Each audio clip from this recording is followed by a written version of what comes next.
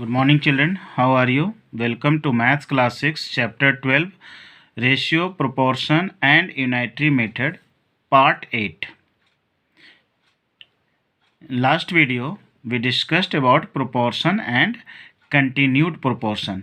तो आज उसी से रिलेटेड कुछ एग्जांपल्स देखते हैं चिल्ड्रन, प्रोपोर्शन और कंटिन्यूड प्रोपोर्शन से रिलेटेड। तो देखिए example, determine if the following are in proportion. Number A 3, 12, 5, 20। Number B 10, 20, 30, 40। तो सबसे पहले हमको फाइंड करना है चिल्ड्रन। नंबर ए में देखिए ये 4 नंबर्स दिया हुआ है 3, 12, 5 और 20। आपको ये बताना है कि ये नंबर प्रोपोर्शन में है या नहीं।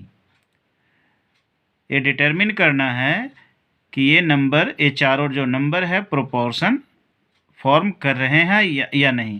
प्रोपोर्शन का मतलब बताया था children, equal ratios. If two ratios are equal then they are in proportion. ये भी डिस्कस किए थे children. If ratio of first 2 numbers is equal to the ratio of last 2 numbers then the numbers are in proportion. तो उसी से check करेंगे children. Number है 3, 12, 5 and 20। तो ratio of 3 to 12, first 2 numbers क्या है चिल्ड्रन, 3 और 12। तो रेशियो ऑफ 3 to 12 क्या होगा चिल्ड्रन, 3/12 इक्वल टू 1/4। इसको सिंपल किए तो 3 बन जा 3, 3 4 जा 12, 1/4 आ गया, मतलब 1:4। अब ratio of 5 to 20, last 2 number क्या है चिल्ड्रन, 5 to 20। इसका रेशियो हो गया 5/20 इक्वल टू 1/4। देखिए 5 बन जा 5, 5 4 जा 20, ये भी 1/4 आ गया। इसका मतलब क्या हुआ चिल्ड्रन, ये दोनों रेशियो इक्वल हो गया, 1:4, 1:4। सिंस 3:12 इक्वल टू 5:20, मतलब 3:12, 3 और 12 का रेशियो इक्वल हो गया 5 और 20 के रेशियो से। ठीक है, तो 3:12 equal to 5:20, therefore 3, 12, 5, 20 are in proportion. इस तरीके से ये चारों नंबर क्या हो गया चिल्ड्रन, प्रोपोर्शन फॉर्म कर रहा है, प्रोपोर्शन में है। ठीक है, मतलब 2 इक्वल रेशियो बना रहा है। ठीक है, प्रोपोर्शन का ये डेफिनेशन बताया था children, 2 equal ratios form proportion. Now let us see whether 10, 20, 30 and 40 form proportion or not. तो ratio of 10 to 20, first 2 number का ratio 10/20 equal to 1/2, and ratio of 30 to 40 equal to 30/40 equal to 3:4। 0 0 cancel हुआ children, 3:4 हो गया। Since 10:20 is not equal to 30:40, therefore 10, 20, 30, 40 are not in proportion. यहाँ पर proportion form नहीं कर रहा है चिल्ड्रन, क्योंकि ratio of first 2 numbers is not equal to ratio of last 2 numbers. क्योंकि 10 और 20 का रेशियो 1:2 आया, जबकि 30 और 40 का रेशियो 3:4 आया। दोनों रेशियो इक्वल नहीं हुआ चिल्ड्रन, इक्वल नहीं हुआ दोनों रेशियो। तो ये चारों नंबर जो है प्रोपोर्शन में नहीं है, मतलब प्रोपोर्शन फॉर्म नहीं कर रहे हैं, मतलब इक्वल रेशियो नहीं बना रहे हैं। ठीक है, तो यही देखना है, रेशियो ऑफ फर्स्ट 2 नंबर्स और रेशियो ऑफ लास्ट 2 नंबर। अगर इक्वल होता है तो ठीक है, प्रोपोर्शन में है। अगर इक्वल नहीं है, ये नॉट इक्वल टू का साइन है चिल्ड्रन, मतलब 10:20 इज नॉट इक्वल टू का साइन को ऐसे क्रॉस करेंगे तो ये नॉट इक्वल टू इसको पढ़ेंगे।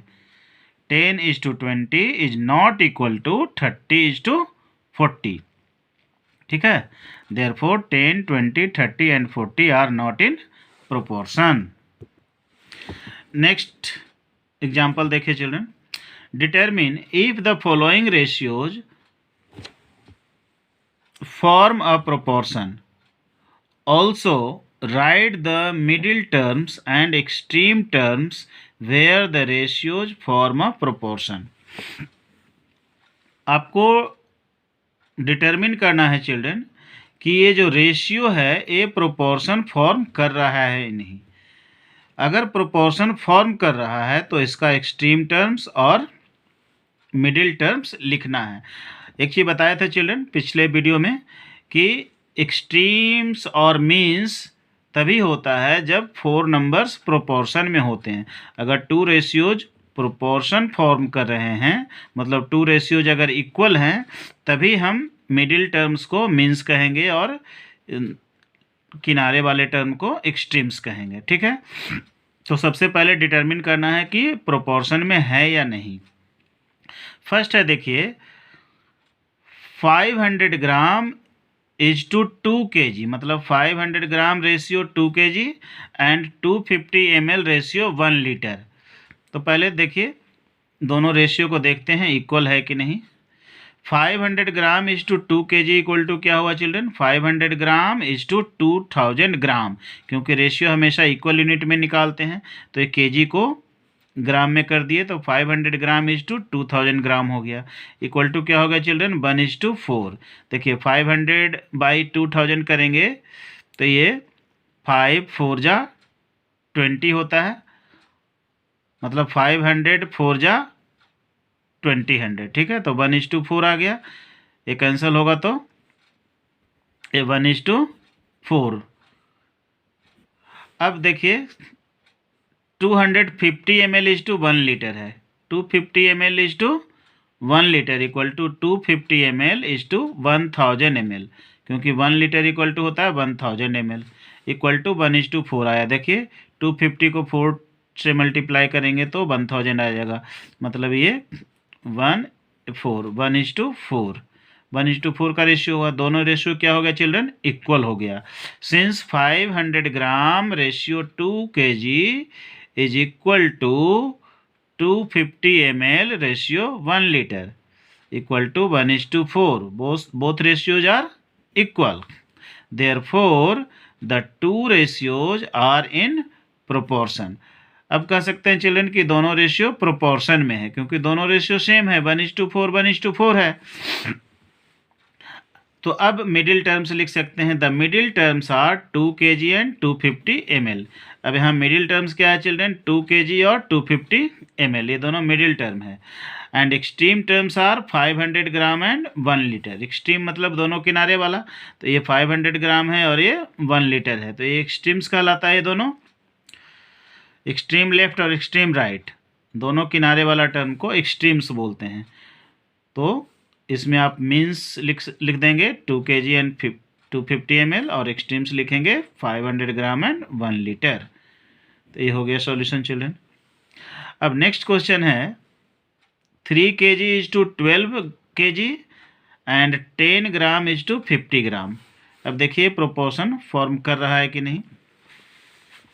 3 kg is to 12 kg equal to कितना हो गया children, 3 is to 12 equal to 1/4, 1:4 हो गया।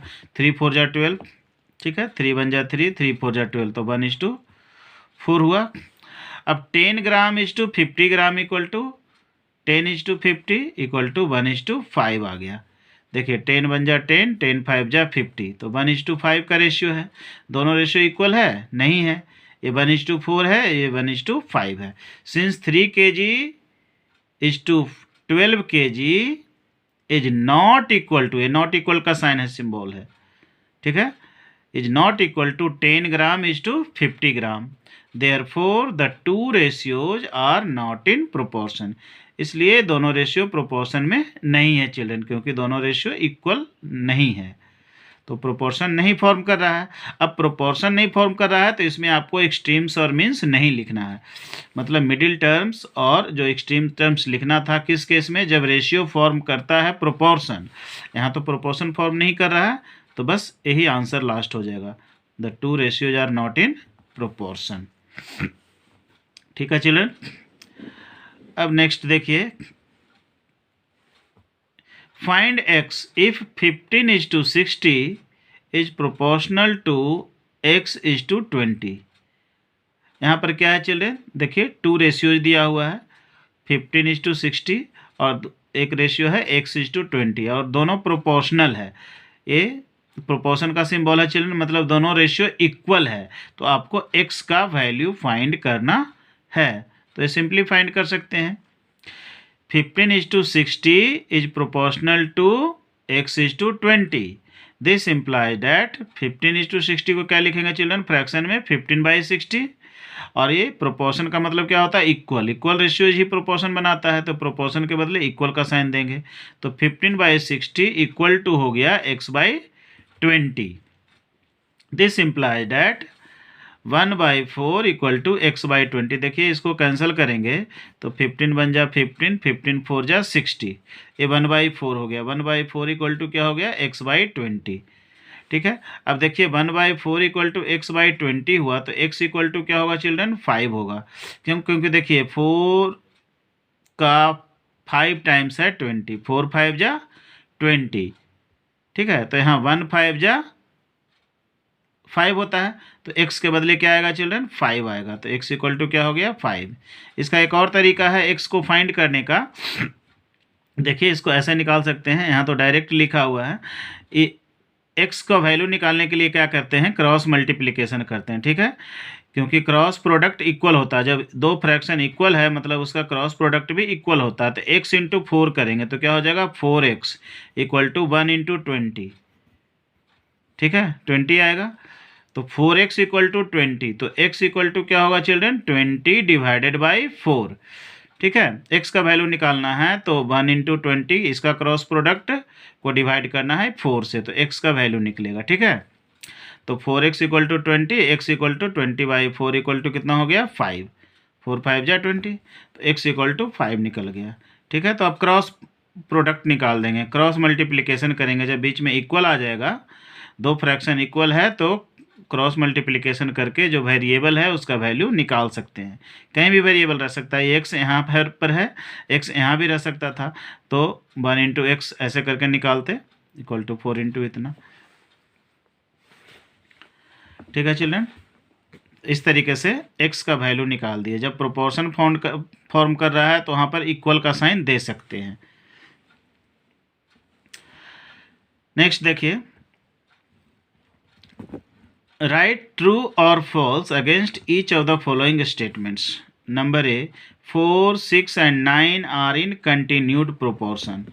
अब ये कंटिन्यूड प्रोपोर्शन में है या नहीं, इसको तो फाइंड करना पड़ेगा चिल्ड्रन। एक स्टेटमेंट ट्रू है या फॉल्स। देखिए 4 6 और 9 एक कंटिन्यूड प्रोपोर्शन में है। इसका मतलब क्या होता है चिल्ड्रन, इसका मतलब हुआ कि 4:6 इक्वल टू 6:9, मतलब 4:6 इज प्रोपोर्शनल टू 6:9। अब यहाँ देखिए कंटिन्यूड प्रोपोर्शन में कब होता है चिल्ड्रन, जब एक्सट्रीम्स का प्रोडक्ट और मीन्स का प्रोडक्ट सेम होता है। देखिए 4 9 जा 36 और 6 6 जा 36।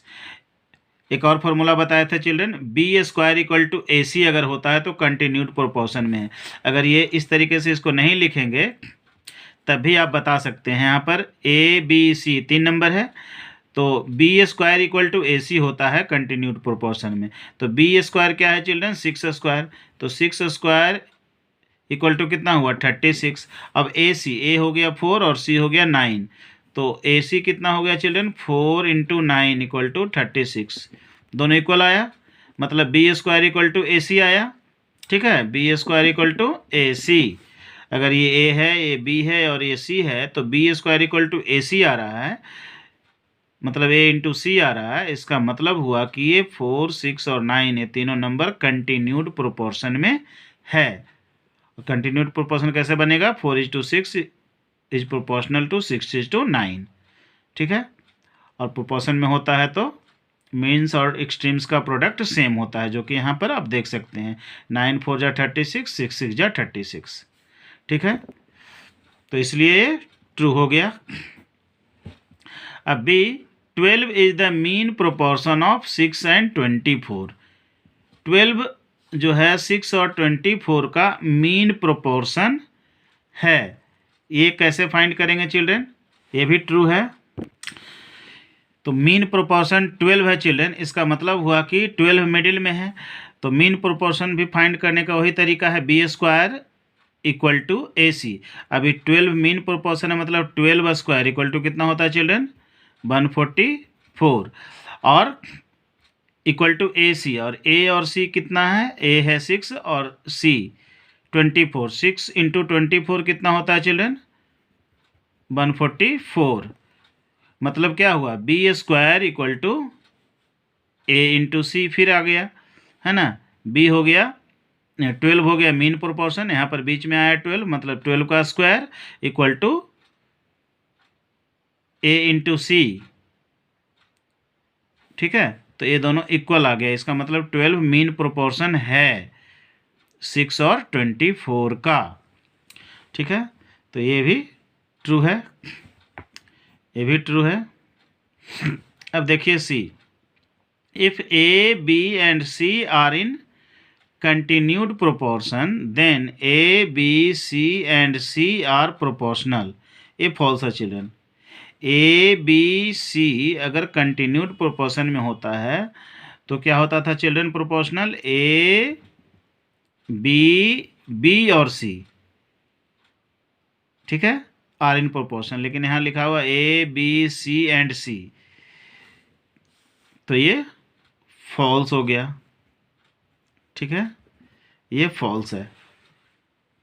यहाँ पर होता ए बी बी और सी, तब ये ट्रू होता, ठीक है चिल्ड्रन।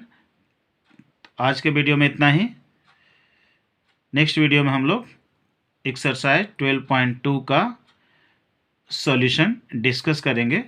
और अगर यह वीडियो सीरीज आपको पसंद आ रहा है तो चैनल को सब्सक्राइब करके बेल आइकन को प्रेस कर दीजिए, वीडियो को ज़्यादा से ज़्यादा शेयर कीजिए स्टूडेंट्स, ताकि ज़्यादा से ज़्यादा स्टूडेंट्स को इसका फ़ायदा मिल सके। धन्यवाद।